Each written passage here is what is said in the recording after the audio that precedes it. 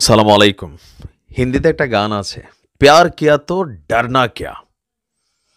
রাশা এবং ইরান গেল সপ্তাহে যে চুক্তি করছে সেই চুক্তির পরে ট্রাম্প যখন রাষ্ট্র ক্ষমতায় আসছে আপনি দেখছেন, আসার পরপরই পুতিনের বিরুদ্ধে তার অবস্থান প্রকাশিত হয়ে গেছে। জর্ডান এবং মিশর তাদের বিরুদ্ধে তার অবস্থান প্রকাশ হয়েছে। ইরানের বিরুদ্ধে তার অবস্থান কিন্তু প্রকাশিত হতে যাচ্ছে। ইভেন অনেকেই ভাবছেন যে ট্রাম্প সরকার ইরানকে যথেষ্ট ডিস্টার্ব করবে, ইভেন একটা যুদ্ধভিত্তিক অবস্থানও তৈরি করতে পারে। ইরানের আকাশে তারা ড্রোন, তারপর হচ্ছে মিসাইল, অনেক কিছুই ইসরায়েলের মাধ্যমে বা টেকনিক্যালি ঢুকাইতে পারে। আর এই সকল সিচুয়েশনে যখন ইরান একটা বিপদগ্রস্ত অবস্থায় আছে, সেই ইরানের সামরিক শক্তিকে কয়েকশো গুণ বৃদ্ধি করে দেওয়ার জন্য প্রকাশ্যে খুল্লা রাশিয়া আজকে যে সংবাদ দিয়েছে, এতে ইরানের যেমন সামরিক শক্তি একটা আকাশ পাতাল অবস্থানে চলে যাবে, পাশাপাশি যারা ইরানের শত্রু আছে তাদের জন্য কিন্তু একটা টেনশনের ইস্যু। ইভেন আমি মনে করি যে এটা এই মুহূর্তে খুবই দরকার ছিল ইরানের জন্য। রাশিয়া এবং ইরান আর অনেক দূর এগিয়ে যাক, এই দোয়া করছি আমি। সামরিক সক্ষমতা বাড়ানোর জন্য রাশার কাছ থেকে সুখোই SU-35 মডেলের অত্যাধুনিক যুদ্ধ বিমানগুলো আপনার কিনেছে আপনার ইরান। ইরান এবং রাশিয়ার মধ্যে অত্যাধুনিক প্রযুক্তির বেশ কিছু যুদ্ধ বিমান বিক্রির একটা বড় ধরনের চুক্তি হয়েছে।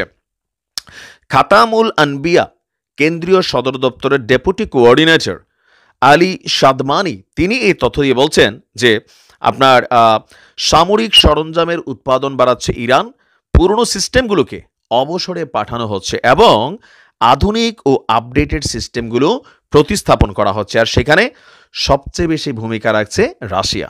রাশিয়ার সাথে সামরিক, প্রযুক্তিগত সহ দ্বিপাক্ষিক নিরাপত্তা চুক্তি সহ অনেক ধরনের চুক্তি করেছে ইরান। তিনি বলছেন, যখনই এই প্রয়োজন হবে আমরা আমাদের বিমান, স্থল, নৌবাহিনীকে শক্তিশালী করার জন্য সামরিক সিস্টেম ক্রয় করি। এর পাশাপাশি নিজস্ব যেই প্রযুক্তি, আপনারা জানেন যে ইরান এই মুহূর্তে শক্তিধর 10টি মুসলিম রাষ্ট্রের মধ্যে ইরান কিন্তু অন্যতম, কারণ তাদের যে IRGC নামক সংস্থাটা আছে, আকাশ, নৌ, স্থল সকল কিছুতে প্রযুক্তিতে তারা কিন্তু একটা সেই লেভেলের অবস্থান নিজেরা প্রকাশ করছে। ইভেন ইরান তাদের সামরিক সরঞ্জাম বিক্রিও করছে, তুলনামূলক কম দামে ভালো জিনিস পাচ্ছে যেসব দেশগুলোর দরকার হচ্ছে। এর আগে রাশিয়া থেকে 2023 সালে সুখোই 35 বিমান কেনার ঘোষণা দিয়েছিল ইরান। আর এতে মার্কিন যুক্তরাষ্ট্র সহ আপনার ইসরায়েল বেশ কিছু আপত্তি দিয়েছিল, রাশিয়ার প্রতি একটা নিষেধাজ্ঞাও তৈরি করছে। ইভেন ইরানের প্রতিও বেশ ধরনের নিষেধাজ্ঞা তারা দিয়েছিল, কিন্তু সকল নিষেধাজ্ঞাকে বৃদ্ধাঙ্গুলি দেখিয়ে এই অত্যাধুনিক প্রযুক্তির বিমানগুলো আপনার ইরানের মধ্যে যাচ্ছে রাশিয়ার পক্ষ থেকে। রাশিয়ার প্রতিরক্ষা মন্ত্রণালয় বলছে যে রাশিয়া তার মিত্র শক্তিদের ব্যাপারে কনসার্ন করছে। আর যেহেতু মধ্যপ্রাচ্যের অন্যতম শক্তিশালী রাষ্ট্র ইরানের সাথে রাশিয়ার ভালো একটা সুসম্পর্ক আছে এবং দুই দেশের মধ্যে গেল সপ্তাহে যে চুক্তি হয়েছে সেই চুক্তি অনুযায়ী যে কোনো বিপদে ইরানের পাশে রাশিয়া দাঁড়াবে। আর মজার একটা বিষয় হচ্ছে যে ইরান, রাশিয়া, চীন, ট্রাম্প যখন রাষ্ট্র ক্ষমতায় আসছে, চীন এবং ইরান, রাশিয়ার মধ্যে কিন্তু একটা ফোন আলাপ হয়েছে পুতিন এবং শি জিনপিংয়ের মধ্যে।